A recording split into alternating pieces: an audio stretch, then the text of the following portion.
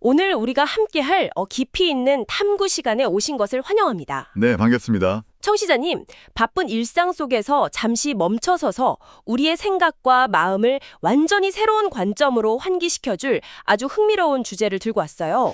벌써부터 기대가 되네요. 오늘 다룰 내용이 꽤 깊이가 있죠? 맞습니다. 그래서 본격적인 이야기에 앞서 오늘 우리가 다룰 자료의 출처부터 명확하게 말씀드려야겠네요. 바로 정연기 목사님께서 보내주신 오늘 맥체인 본문입니다. 아, 네. 아주 훌륭한 텍스트들이죠. 네, 이 텍스트들을 전체적으로 쭉 살펴보면서 제 머릿속을 강렬하게 스치고 지나간 핵심 키워드가 딱 하나 있었습니다. 그게 뭔가요? 바로 하나님 경외입니다. 아, 경외. 참 무게감 있는 단어네요. 그쵸. 청취자님도 보통 경외라는 단어를 들으면 어떤 이미지가 떠오르시는지 궁금해요. 사실 현대사회에서는 이 단어가 좀처럼 안 쓰이잖아요. 맞아요. 일상에서 자주 쓰는 표현은 아니죠. 굳이 떠올려 본다면 그저 막연하게 무서워하거나 벌벌 떨고 왠지 피하고 싶은 두려운 감정 정도로 생각하기 쉽거든요. 네, 충분히 그럴 수 있습니다. 근데 과연 그게 다일까요? 경외라는 것이 단순히 막 무서워하고 위축되는 그런 감정일까요? 아주 훌륭한 질문으로 오늘 탐구의 문을 열어주시네요. 사실 정말 많은 분들이 이 경외를 단순한 공포, 그러니까 테러와 혼동하곤 합니다. 테러요? 아, 그만큼 극도의 두려움으로 오해한다는 거군요. 네, 맞습니다. 하지만 오늘 주어진 텍스트들을 깊이 들여다보면 경외란 그런 1차원적이고 본능적인 감정을 훨씬 뛰어넘는다는 것을 알 수 있어요. 훨씬 뛰어넘는다. 흥미롭네요. 진정한 경외는 무서워서 도망치고 싶은 감정이 아닙니다. 오히려 하나님의 거룩함과 위험 앞에 섰을 때 우리가 마땅히 가지게 되는 그 압도적인 경이로움과 존경심이죠. 압도적인 경이로움이요? 예를 들면 거대한 그랜드 캐니언 절벽 앞에 딱 섰을 때 느끼는 숭고함 감각 있잖아요. 아, 뭔지 알 것 같아요. 너무 거대해서 숨이 턱 막히는 그런 느낌이죠. 바로 그겁니다.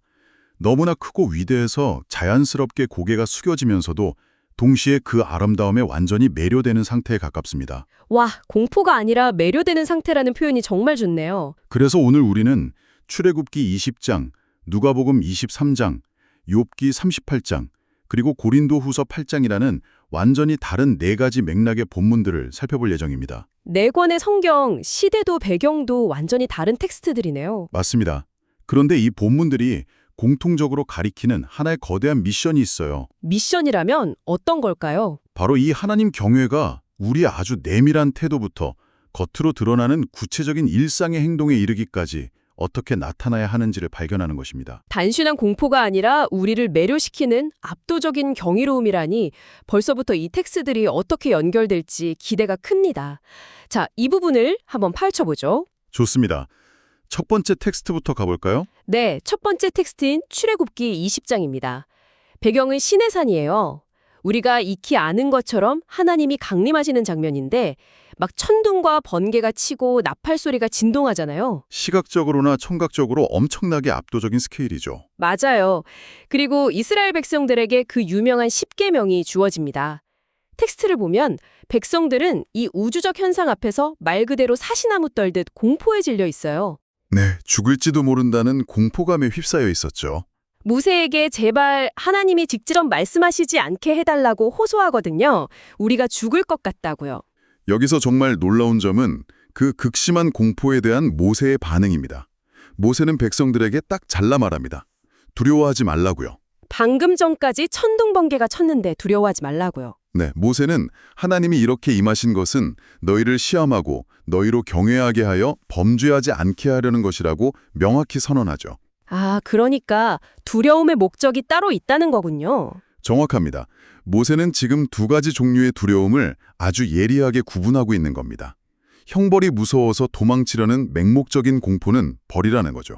도망치려는 공포는 버려라. 대신에 하나님의 거룩함에 압도되어 우러러보는 거룩한 경외는 가져야 한다는 겁니다. 하나님은 인간을 억압하고 겁을 주려는 폭군으로 나타나신 게 아니거든요. 그렇군요. 폭군이 아니라면 진짜 목적은 뭔가요? 그분의 무한한 거룩함과 위엄을 백성들이 직접 감각하게 함으로써 그 위대함에 굴복하여 자발적으로 죄를 멀리하고 말씀에 순종하는 삶을 살도록 돕는 거룩한 목적이 있으셨던 겁니다. 와, 흥미롭네요. 보통 우리는 순종이라고 하면 약간 억지로 해야 하는 짐처럼 여길 때가 많잖아요. 많은 분들이 그렇게 오해하죠. 그런데 이 거룩함에 제대로 매료되면 오히려 죄를 짓는 것이 불가능해진다는 뜻이군요. 일상생활에 대입해보면 쉽게 이해가 갑니다. 청취자님도 아마 공감하실 텐데요. 어떤 비유가 있을까요? 우리가 정말 존경하고 사랑하는 멘토나 스승 앞에서는 굳이 시키지 않아도 스스로 부끄러운 행동을 삼가게 되잖아요. 아주 적절한 비유네요. 존경심이 자연스러운 절제를 만들어내는 거죠. 얄팍한 처세술이나 적장한 타협이 그 거룩한 위험 앞에서는 너무나 시시하고 무가치하게 느껴지기 때문일 거예요. 맞습니다. 하나님 나라의 백성으로서 그 위험을 일상 속에서 의식하는 것 자체가 우리의 행동을 지켜주는 가장 강력한 보호막이자 순종의 원동력이 된다는 점이 아주 인상 깊습니다. 정확하게 보셨습니다. 경외는 우리를 얽매는 사슬이 아니라 우리를 죄의 유혹으로부터 지켜주는 아주 안전한 울타리입니다. 위대함을 제대로 맛본 사람은 더 이상 진흙탕 속에서 뒹굴며 만족할 수 없는 법이니까요. 진흙탕에서 만족할 수 없다. 정말 와닿는 표현이네요. 자, 그런데 시내산에서 보여주신 그런 거대한 우주적인 위험도 경외의 이유지만 이 경외라는 게 가장 절망적이고 비참한 순간에는 완전히 다른 형태로 나타나기도 하잖아요. 네, 완전히 다른 차원의 장면으로 넘어가게 되죠. 누가복음 23장의 십자가 처형 장면을 보면 그 점이 아주 명확해집니다. 진짜 흥미로운 부분은 바로 여기예요. 예수님 양옆에 달린 두 강도의 이야기 다들 잘 아실 텐데요. 기독교 역사상 가장 극적인 대비를 보여주는 장면 중 하나죠. 똑같이 죽음을 앞둔 극심한 고통의 순간인데 이 두 사람의 태도가 말도 안 되게 상반되거든요. 한 명은 끝까지 조롱하는데 다른 한 명은 놀라운 고백을 쏟아냅니다. 네, 한 강도는 십자가 위에서도 예수님을 비방하며 너와 우리를 구원해보라 하고 빈정거립니다. 고통 속에서도 자기 중심적인 요구를 멈추지 않는 전형적인 모습이죠. 죽어가는 순간까지도 자신의 안위만 생각하는 모습이네요. 반면 다른 강도는 그를 꾸짖으며 이렇게 말합니다. 자신들은 지은 죄가 있어서 당연히 벌을 받는 것이지만 이분은 옳지 않은 것이 없다고요. 자신의 죄를 쿨하게, 아니 아주 솔직하게 인정했네요. 그러면서 예수여 당신의 나라에 임하실 때에 나를 기억하소서라고 긍휼을 구합니다. 이것을 더 큰 맥락과 연결해보면 아주 중요한 사실을 발견할 수 있어요. 어떤 사실인가요? 이 강도의 짧은 외침 속에 하나님을 경외하는 자의 가장 본질적인 태도가 완벽하게 농축되어 있다는 겁니다. 죽어가는 와중에 핑계를 대거나 억울해하는 대신에 자신의 죄를 아주 담백하고 정직하게 인정했다는 점이 정말 놀랍습니다. 그렇죠. 자기 객관화가 철저하게 이루어진 상태죠. 현대사회는 끊임없이 자신을 포장하고 변호하는 PR의 시대잖아요. 실패나 잘못을 인정하면 지는 거라고 배우고요. 무조건 자신을 방어해야 살아남는다고 생각하죠. 그런데 이 강도는 그 모든 자기 방어를 내려놓았습니다. 도대체 무엇이 그 짧은 순간에 이런 변화를 만들어낸 걸까요? 바로 거룩하신 분 앞에서의 영적인 각성입니다. 경외란 자신이 완벽한 존재임을 증명하려는 시도가 아니에요. 오히려 정반대죠. 정반대라면 오히려 나약함을 드러내는 건가요? 네, 거룩하신 하나님 앞에서 자신이 얼마나 철저한 죄인인지, 얼마나 한계투성이인지를 가감없이 직시하는 것입니다. 이 강도는 하나님의 눈동자 앞에 숨길 수 있는 것은 아무것도 없음을 알았던 거예요. 아, 그래서 변명을 멈출 수 있었군요. 진정으로 경외하는 사람은 타인을 탓하거나 환경을 원망하지 않습니다. 그저 나는 긍휼이 필요한 존재입니다. 라고 납작 엎드릴 수 있는 용기, 그 철저한 겸손함을 갖추게 되죠.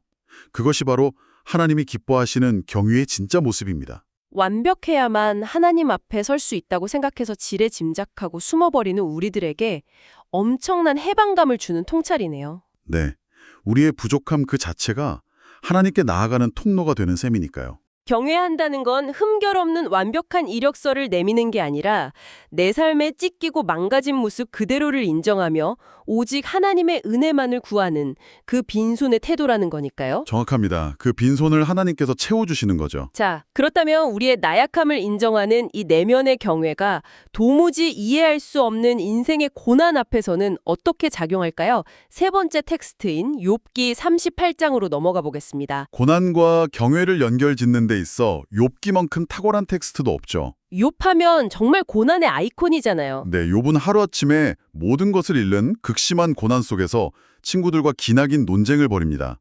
그는 자신의 억울함을 토로하며 하나님께 끊임없이 왜 이런 일이 내게 일어나는지 대답해달라고 요구하죠. 사실 우리라도 당연히 그렇게 묻지 않았을까요? 청취자님들도 살면서 이해 안 되는 일 겪으시면 왜 나한테 이런 일이 생기지 하시잖아요. 우리 역시 삶에서 해석되지 않는 고통을 마주할 때 욥처럼 원인과 이유를 통제하고 싶어 합니다. 그런데 폭풍우 가운데 등장하신 하나님은 욥의 기대와는 전혀 다른 방식으로 응답하시죠. 맞아요. 욥의 질문에 대한 해명이나 변명은 단 한 줄도 없으시죠. 오히려 하나님 쪽에서 욥에게 압도적인 역질문을 던지십니다. 네, 아주 장엄한 질문들이 쏟아지죠. 내가 땅에 기초를 놓을 때에 네가 어디 있었느냐 하시면서요. 우주 만물이 어떻게 창조되고 운행되는지를 하나하나 나열하시는데 이 질문 퍼레이드를 읽다 보면 정말 숨이 막힐 정도입니다. 창조주의 스케일이 그대로 드러나는 대목입니다. 여기서 욥은 자신의 질문이 얼마나 작고 편협한 것이었는지를 깨닫게 되잖아요. 맞습니다. 하나님의 이 압도적인 질문들은 욥을 정죄하고 짓누르려는 목적이 아닙니다. 욥의 좁은 시야를 우주적 차원으로 완전히 확장시켜 주시는 것이죠. 시야의 확장이라 멋진 표현이네요. 이 대목은 우리가 하나님을 경외해야 하는 근본적인 이유가 그분의 창조와 절대 주권에 있음을 보여줍니다. 바다의 경계를 정하고 별자리들을 이끄시는 분이 바로 하나님이시라는 사실 말입니다. 인간은 자기 삶의 허사에서 자신이 중심이자 통제자라고 믿고 싶어 하니까요. 하지만 참된 경외는 이해할 수 없는 폭풍우 속에서도 우주의 기원부터 아주 작은 미물에 이르기까지 모든 것이 하나님의 통치와 섭리 아래 있음을 깨닫는 겁니다. 그리고 내 삶의 통제권을 그분께 온전히 내어드리는 것에서 출발하죠. 우리가 인생의 깊은 터널을 지날 때 모든 상황의 이유를 다 알아내야만 직성이 풀리는 강박에 시달리곤 하잖아요. 네, 머리로 다 이해가 되어야 안심을 하죠. 그런데 욥기의 메시지는 굳이 다 이해하지 못해도 괜찮다고 말해주는 것 같습니다.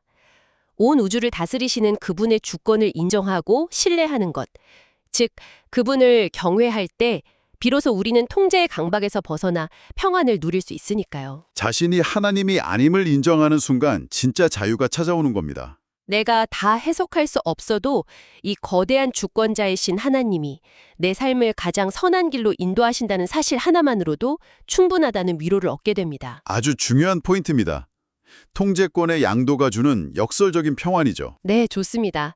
자, 그렇다면 지금까지의 논의를 종합해 볼까요? 네, 흐름을 한번 짚어보죠. 시내산에서 발견한 하나님의 거룩한 위엄, 십자가 앞에서 깨달은 자신의 한계와 정직한 회개, 그리고 폭풍우 속에서 마주한 절대 주권에 대한 신뢰. 완벽한 요약이네요. 이처럼 마음속 깊이 형성된 하나님을 향한 숭고한 경외심은 과연 우리의 현실 세계에서 어떤 구체적인 모습으로 뻗어나가야 할까요? 이제 드디어 행동과 실천의 영역으로 넘어갈 차례네요. 그래서 이게 다 무슨 의미일까요? 네, 어떤 의미에서 질문하신 거죠? 단순히 마음속으로 하나님은 위대하시고 나의 주인이시다 라고 묵상하고 끝나는 게 아니잖아요. 그렇죠. 거기서 멈추면 안 되죠? 이 내면의 고백이 오늘 당장 내가 살아가는 이 팍팍한 삶의 현장에서는 어떻게 증명되어야 하는지 사도 바울이 소개한 고린도후서 8장의 마게도냐 교회 이야기에서 그 해답을 찾을 수 있을 것 같습니다. 아주 탁월한 연결입니다. 여기서 아주 역설적인 상황이 등장하거든요. 네, 고린도후서 8장 1절과 2절을 보면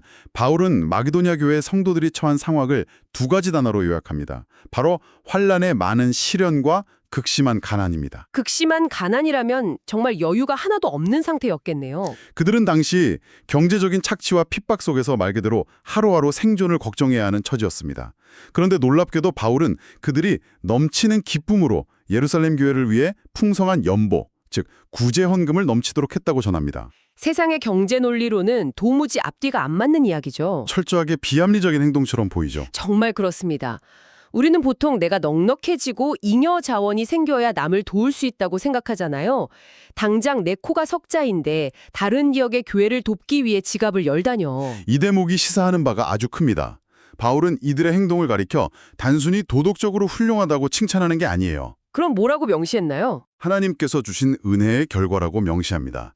즉, 하나님을 참으로 경외하는 사람들은 그 마음의 상태가 추상적인 영성에만 머물지 않는다는 뜻입니다. 추상적인 영성에 머물지 않는다? 내게 주어진 모든 물질, 심지어 나의 생존과 직결된 아주 작은 소유조차도 하나님의 은혜임을 철저히 인정할 때 우리는 그것을 이웃과 나누는 데 주저하지 않게 됩니다. 경외심이 결국 지갑을 열게 만든 거군요. 맞습니다.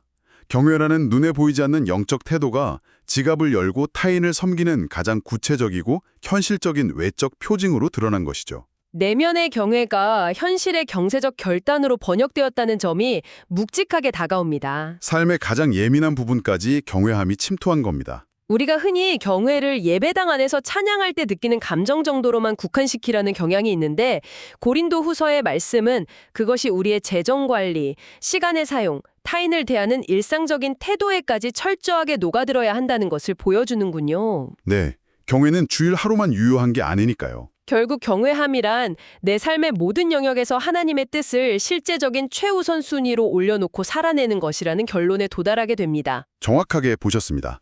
오늘 우리가 탐구한 네 편의 텍스트가 서로 다른 시공간의 배경으로 하고 있지만 결국 온전한 경외라는 하나의 장엄한 그림으로 완성되는 지점이 바로 여기입니다. 정말 퍼즐이 딱 맞춰지는 기분이네요.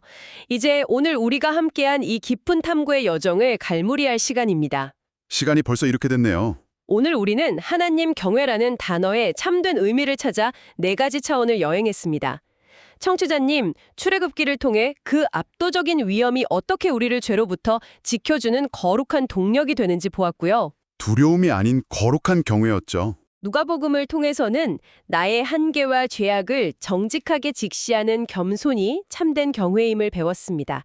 또한 욥기를 통해 도무지 이해할 수 없는 폭풍우 같은 고난 속에서도 세상을 주관하시는 하나님의 절대 주권을 신뢰해야 함을 깨달았죠. 네, 통제권을 내어드리는 평안이었습니다. 마지막으로 고린도 후서를 통해 이 모든 내면의 항복과 신뢰가 이웃을 향한 물질적이고 실질적인 헌신이라는 행동으로 우리 일상에서 증명되어야 한다는 것까지 확인했습니다. 내면에서 외면으로 확장되는 완벽한 과정이었습니다. 단순한 두려움을 넘어 삶의 모든 순간을 거룩한 하나님과 동행하도록 이끄는 이 숭고한 경외심. 오늘 우리가 나눈 이 이야기들이 여러분의 일상에 작지만 의미 있는 통찰로 스며들기를 바랍니다. 네, 저 역시 그렇습니다. 지식으로만 머무는 것이 아니라 오늘 하루 우리의 삶 속에서 숨쉬고 살아 움직이는 경외심으로 주님께 영광 돌리는 우리가 되기를 기대해 봅니다. 이 대목은 우리에게 아주 중요한 그리고 평생을 두고 곱씹어야 할 질문을 던집니다. 어떤 질문일까요? 오늘 본문에 직접적으로 쓰여져 있지는 않지만 이 4가지 텍스트가 관통하는 진리를 현실로 가져오면 피할 수 없는 질문이죠. 청취자님, 만약 누군가가 당신의 일주일치 소비 내역이 적힌 카드 명세서나 당신이 가장 많은 에너지를 쏟는 시간이 빼곡히 적힌 스케줄러를 가만히 들여다본다고 가정해 봅시다. 조금 뜨끔한데요? 그들은 그 기록들만 보고도 당신이 인생에서 가장 두려워하고 사랑하며 경외하는 최우선 순위가 다름 아닌 참된 하나님이라고 결론 내릴 수 있을까요? 정말 날카로운 질문이네요. 내면에 보이지 않는 경외가 일상의 아주 사소하고 구체적인 선택들 속에서 과연 어떤 방식으로 증명되고 있는지 마주해야 합니다. 오늘 하루 깊이 묵상해 보시길 바랍니다. 와, 정말 깊은 여운이 남는 질문입니다. 저부터 당장 스케줄러를 다시 확인해 봐야겠네요. 청취자님들도 오늘 하루 이 묵직한 질문과 함께 자신만의 답을 찾아가시길 바랍니다. 함께 해주셔서 정말 감사드리고요. 남은 하루도 하나님의 그 크신 위엄과 은혜 안에서 평안하시길 바랍니다. 다음에 또 흥미롭고 깊이 있는 이야기로 찾아올게요. 안녕히 계세요. 감사합니다. 평안한 하루 보내세요.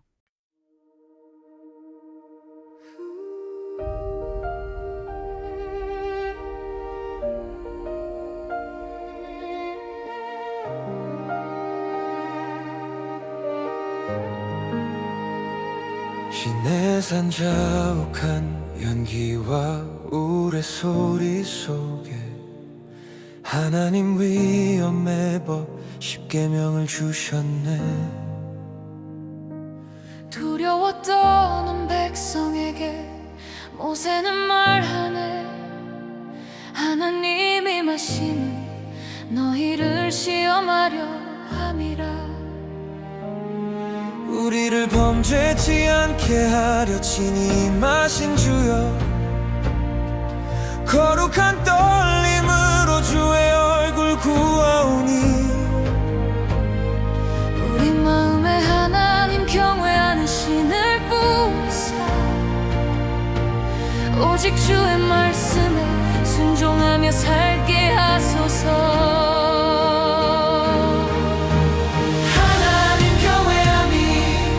지혜의 근본이요 우리를 생명의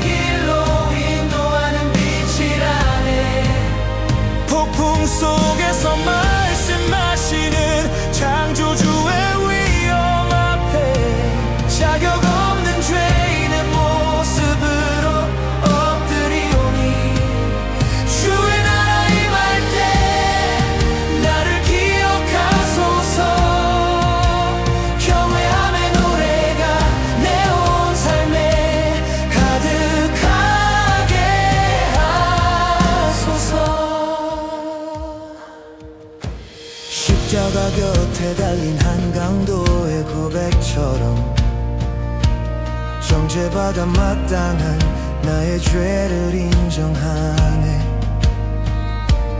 너는 하나님을 두려워하지 아니하느냐. 꾸짖는 그 음성 속에 경외하는 자의 태도를 보내. 옳지 않은 것 하나 없으신 거룩한 예수여, 당신의 나라 임할 때 나를 기억하소서. 겸손히 큰 힘을 구하는 상한 심령 위에 낙원의 약속과 구원의 기쁨을 허락하시네. 하나님 경외함이 지혜의 근본이요, 우리를 생명의 길로 인도하는 빛이라네. 폭풍 속에서 말씀하시는 창조주의 위엄 앞에 자격 없는 죄인의 모습으로 엎드리오니, 주의 나라 임할 때 나를 기억하소서. 경외함의 노래가 내 온 삶에 가득하게 하소서. 내가 땅의 기초를 놓을 때 너는 어디 있었느냐. 폭풍 우 가운데 들려오는 경외해야 할 이유. 바다의 경계를 정하시고 새벽별을 노랗게 하시니여. 광활한 우주 속에 작은 나를 돌보시는 주권자라. 그 은혜에 감사하며 마게도냐의 성도들처럼 환난과 가난 속에서도 풍성한 사랑을 나누리니, 나를 비워남을 부욕해 하신 그리스도를 닮아가리. 모세가 만난 시내산의 위엄을 경외하고